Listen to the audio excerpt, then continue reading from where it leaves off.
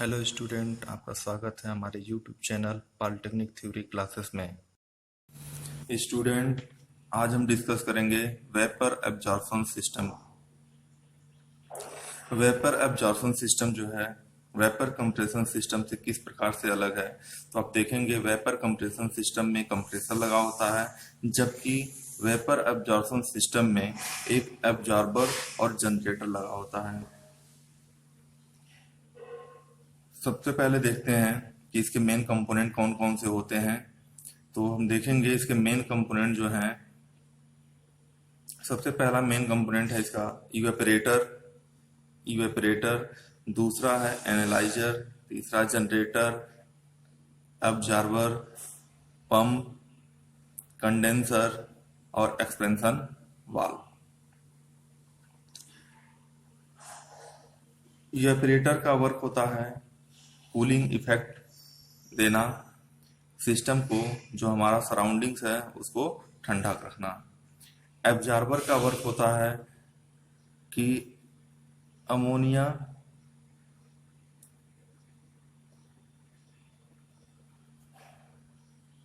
और water plus water, ammonia और water का एक एक्वा सॉल्यूशन बनाना। अमोनिया और वाटर के एक्वा सॉल्यूशन को हम एब्जॉर्बर में रखते हैं। अमोनिया की प्रॉपर्टी होती है कि वो वाटर से अच्छी तरह से वो घुल जाता है, वाटर में एब्जॉर्ब हो जाता है। इसलिए हम वेपर एब्जॉर्प्शन सिस्टम में एक्वा अमोनिया का यूज करते हैं। यानी अमोनिया जो है हमारा रेफ्रिजरेंट है, जबकि वाटर हमारा क्या है, एब्जॉर्बर है। अब इसके बाद देखते हैं पंप। पंप का क्या वर्क होता है। पंप जो है अमोनिया और वाटर के सॉल्यूशन को पंप करके जनरेटर में भेजता है, और जब ये एक्वा अमोनिया सॉल्यूशन जनरेटर में जाता है तो उसके बाद जनरेटर का वर्क होता है कि उसमें से अमोनिया को अलग करके वो आगे कंडेंसर को भेजे। कंडेंसर का क्या वर्क होता है। कंडेंसर जो है फेज चेंज करता है, ये अमोनिया के वेपर को लिक्विड में चेंज करता है, और इसके बाद एक्सपेंशन वाल्व जो है इस लिक्विड को जो है इवेपरेटर तक पास करता है। तो आइए हम देखते हैं सबसे पहले इसके प्रिंसिपल को। अब इसका मेन प्रिंसिपल क्या होता है, कैसे ये वर्क करता है। तो हम देखेंगे हम वाटर और अमोनिया को जो एक्वा सोल्यूशन है उसको एब्जॉर्बर में हम रख लेते हैं। एब्जॉर्बर टैंक में रिसीवर में रखने के बाद हम पंप से जो है एक्वा अमोनिया सोल्यूशन को हम जनरेटर में भेजते हैं। जनरेटर में एक्वा अमोनिया सोल्यूशन को हम हीट करते हैं। हीट जो है किसी माध्यम से हम कर सकते हैं, वो हीटर हो सकता है, स्टीम हो सकता है, या सनलाइट हो सकता है, या किसी प्रकार का उष्मा हो सकता है। उसको जैसे ही हम हीट करते हैं तो वाटर से अमोनिया जो है, अमोनिया के पार्टिकल अलग हो जाते हैं और वेपराइज हो जाते हैं। ये किस फॉर्म में आ जाते हैं, वेपर फॉर्म में आ जाते हैं, और वेपर फॉर्म में आने के बाद ये आगे फ्लो होने लगते हैं कंडेंसर की तरफ। जब अमोनिया जो है वेपराइज होता है तो कुछ पार्टिकल जो है वाटर के भी इसमें वेपराइज होने लगते हैं अमोनिया के साथ। अगर वाटर पार्टिकल भी वेपराइज होकर अमोनिया के साथ आके कंडेंसर में और इवेपरेटर में जाते हैं तो ये पूरे सिस्टम को हमारे क्या कर सकते हैं, क्षतिग्रस्त कर सकते हैं, नुकसान पहुंचा सकते हैं। इसके लिए हम एक जनरेटर में ही सबसे टॉप पर लगा देते हैं एनालाइजर। एनालाइजर का क्या वर्क होता है। एनालाइजर जो है इस अमोनिया और वाटर वेपर को जो है अलग करने का काम करता है, फिल्टर करने का काम करता है। ये वाटर वेपर को वेट करके और फिर वेट लिक्विड फॉर्म में क्या करता है, ये जनरेटर के टैंक में छोड़ देता है, और अमोनिया वेपर फॉर्म में सिर्फ आगे फ्लो होती है। जब अमोनिया जो है आगे फ्लो होती है कंडेंसर की तरफ, तो कंडेंसर में क्या होता है, फेज चेंज का प्रोसेस होता है। कंडेंसर में हीट रिजेक्शन, कंडेंसर में क्या होता है, हीट रिजेक्ट होता है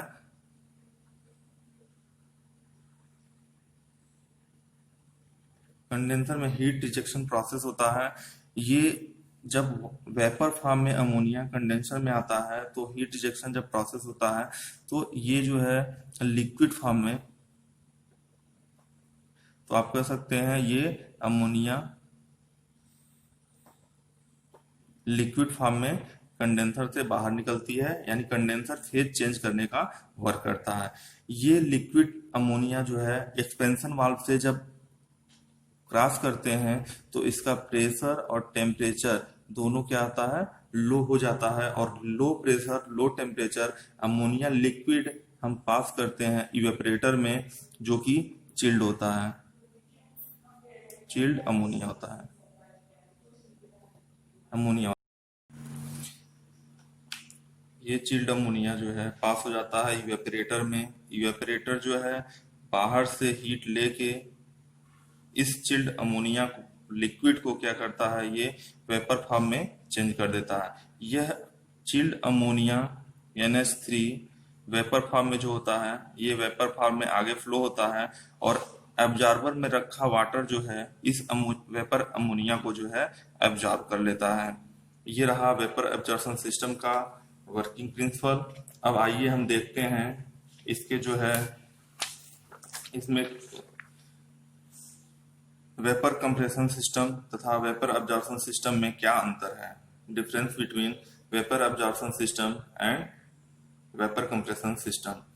तो आप देख रहे होंगे यहाँ पे लिखा हुआ है वेपर अब्जॉर्प्शन सिस्टम और एक साइड में लिखा हुआ है वेपर कंप्रेशन सिस्टम।